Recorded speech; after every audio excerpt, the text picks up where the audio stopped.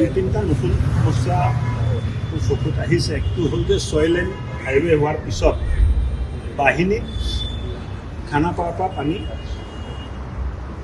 পৰা হৈ যিখিনি পানী ওলাই আছিলে সেই পানীটো আমাৰ ইয়াত বাহিনীত আৰু বাহিনী ভৰলুত লাগি গোটেই চহৰৰ মাজমজিয়াৰে ভ্ৰমণ কৰি ভৰলুত ব্ৰহ্মপুত্ৰক লগ পায়।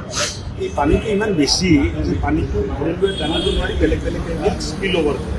ক'ৰ পৰা এক্সট্ৰা পানী আহি আছে তাত চোৱা চিতা চলি আছে, তদন্ত কৰি আছোঁ আৰু য'ত য'ত দৰকাৰ আমি ডাইভাৰ্চন কৰা বা কি নতুন ব্যৱস্থা ল'ব মই পূৰ্বেও কিন্তু আপোনাৰ লগত এবাৰ কৈছিলোঁ যে বাহিনী নদীখন আচলতে বিভিন্ন স্থানত দখল হৈছে, বেদখল হৈছে, এনক্ৰচমেণ্ট হৈছে, যাৰ কাৰণে আচলতে বাহিনীখন সৰু হৈ গৈছে।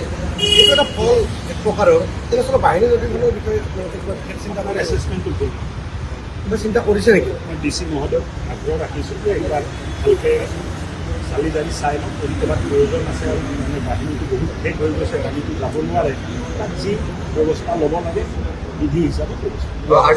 আজি কোন কোন ঠাইত আচলতে পৰিদৰ্শন কৰিলে কি দেখা পালে? আজিতো ৰুক্মিণী গাঁৱত গ'লোঁ, ডাউন টাউন গ'লোঁ, সৰু মটৰীয়া গ'লোঁ, rail pipeline, income tax office, তাৰপিছত বশিষ্ঠ, গুৰুদ্বাৰা, গোটেই শিলচাপুৰ গোটেই অঞ্চলবিলাক আমি ভ্ৰমণ কৰিলোঁ।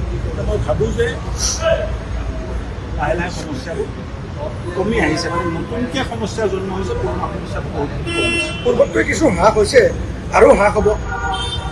ঈশ্বৰৰ ওচৰত প্ৰাৰ্থনা ৰাখিছোঁ।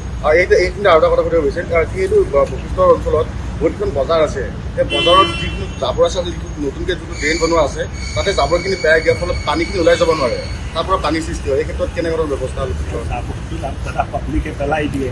মইতো হাতযোৰ কৰি ৰিকুৱেষ্টে কৰিব পাৰোঁ যে জাবৰ জোঁথৰ নলা নৰ্দমাত নেপেলাব, জাম হৈ যায়।